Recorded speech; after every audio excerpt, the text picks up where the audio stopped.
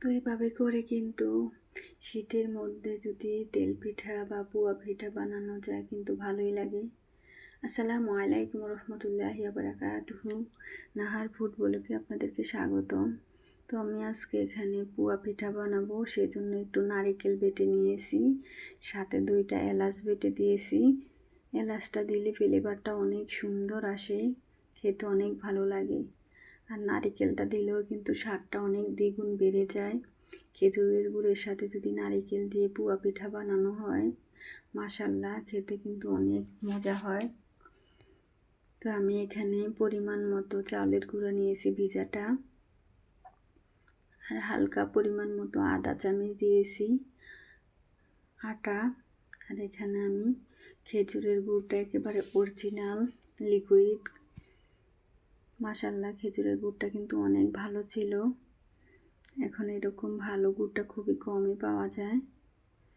তা আমি এখানে পরিমাণ মতো একটু পানিও দিতেছি, দিয়ে ভালো করে বেটারটাকে গুলে নেব।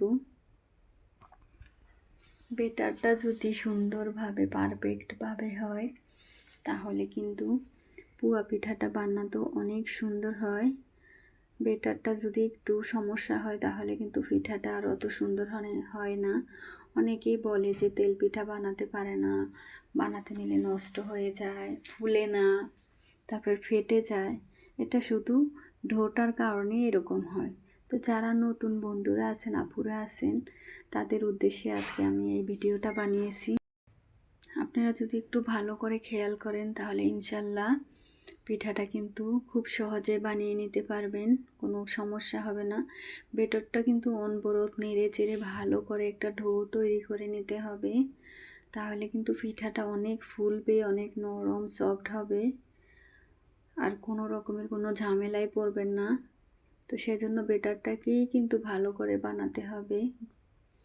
আমি কিন্তু অনবরত নাড়তেছি। এখানে আমি তেলটাকে গরম করে নিয়েছি, প্রথমে 2-1টা পিঠা বানিয়ে নিয়েছি, কারণ প্রথম 2-1টা পিঠা দেখা যায় ভালো হয় না তেমন। তো আলহামদুলিল্লাহ আজকে কিন্তু আমার সবগুলো পিঠা অনেক সুন্দর হয়েছে। প্রথম পিঠাটাও দেয়া মাত্রই ফুলেছে।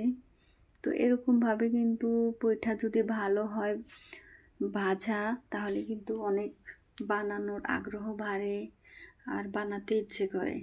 আর যদি পিঠাটা ভালো না হয় তাহলে কিন্তু মনটাই ভেঙে যায়।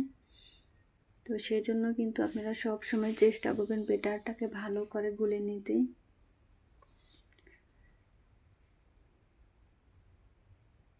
তো মাশাল্লাহ আমার পিঠাটা কিন্তু অনেক সুন্দর হয়েছে, দেখতেই পারছেন। একটু কালার করে ভেজে নিব, তাহলে কিন্তু খেতে ভালো লাগে। খেজুরের গুড় দিয়ে বানালে কিন্তু মাশাল্লাহ কালারটা এমনি অনেক সুন্দর আসে। তো আমি আপনাদের বোঝার সুবিধার্থে আমি কয়েকটা পিঠা ভেজে দেখাবো, যাতে করে আপনারা বানানোর সময় কোনো সমস্যায় ঝামেলায় না পড়েন। তো এই তো দেখুন মাশাল্লাহ আমি 3টা পিঠা বানিয়েছি, 3টা পিঠে অনেক সুন্দর হয়েছে। তো এই পিঠাগুলো কিন্তু বানাতে একটা পিঠা ভাজতে মনে হয় 20-25 সেকেন্ড লাগে, এর বেশি লাগে না। খুবই সহজে পিঠাটা ভেজে নেওয়া যায়। যদি আপনার বেটারটা ভালো হয় তাহলে কিন্তু পিঠাটা অনেক সুন্দর হয়। এটা আমি সবসময় বলি, এখনও বলতেছি। আপনারা সবসময় চেষ্টা করবেন বেটারটাকে ভালো করে গুলে নিতে। আর বেটারটা একেবারে পাতলাও হবে না, আবার ঘনও হবে না, মিডিয়াম রাখতে হবে। তো এই তো আমার এই পিঠাটাও ভাজা হয়ে গেছে। তো এইভাবে করে কিন্তু আমি সবগুলো পিঠা ভেজে নেব।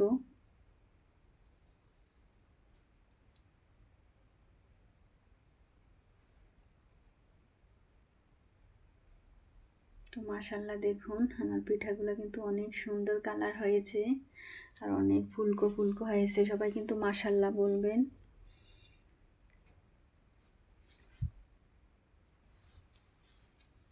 এই পিঠাটা গরম গরম খেতে যেমন ভালো লাগে, ঠান্ডা হলে কিন্তু আরও বেশি ভালো লাগে। আমার হাজব্যান্ড তো গরমের চেয়ে ঠান্ডা পিঠাটা অনেক পছন্দ করে। নারিকেলটা যখন দাঁতের নিচে পড়ে একটু, আমি কিন্তু হালকা বেটে দিয়েছিলাম, নারিকেলটা আস্ত দিতে হবে না। আপনারা কিন্তু যদি নারিকেল দেন তাহলে কিন্তু বেটে দিবেন। তা না হলে কিন্তু পিঠাটা ভালো হবে না। ভাজার সময় ফেটে যাওয়ার সম্ভাবনা থাকবে, আর যদি বেটে দেয়া যায় বা ব্লেন্ডার করে দেয়া যায় তাহলে কিন্তু পিঠাটা অনেক সুন্দর হবে। আপনারা যে যেখান থেকে দেখতেছেন এখনও যদি আমার চ্যানেলটাকে সাবস্ক্রাইব করেন না থাকেন, প্লিজ আপুরা আমার চ্যানেলটাকে সাবস্ক্রাইব করবেন। এই তো দেখুন আমি আপনাদের বোঝার জন্য বেটারটা দেখিয়ে দিতেছি কতটা ঘনত্ব হবে। বেশি পাতলাও হবে না আবার বেশি ঘনও হবে না, মিডিয়াম রাখতে হবে।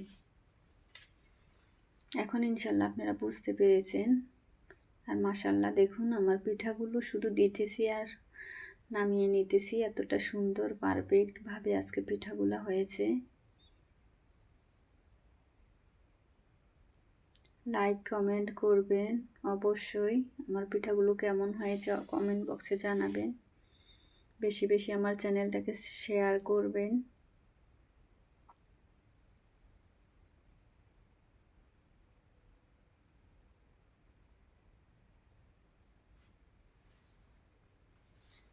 আমি কিন্তু পুয়া পিঠা যখন ভাজি তখন কিন্তু তেলটাও তো বেশিও দেই না আবার কমও দেই না, মিডিয়াম তেলটা দিলে কিন্তু পিঠাটা অনেক সুন্দর হয় আর একেবারে গোল গোল হয়। আর বেশি তেল দিলে দেখা যায় তাও গোল হয় না অনেকের, আবার কম দিলে তো হয়ই না। তো সেজন্য মিডিয়াম পরিমাণে দিতে হবে তেলটাকে।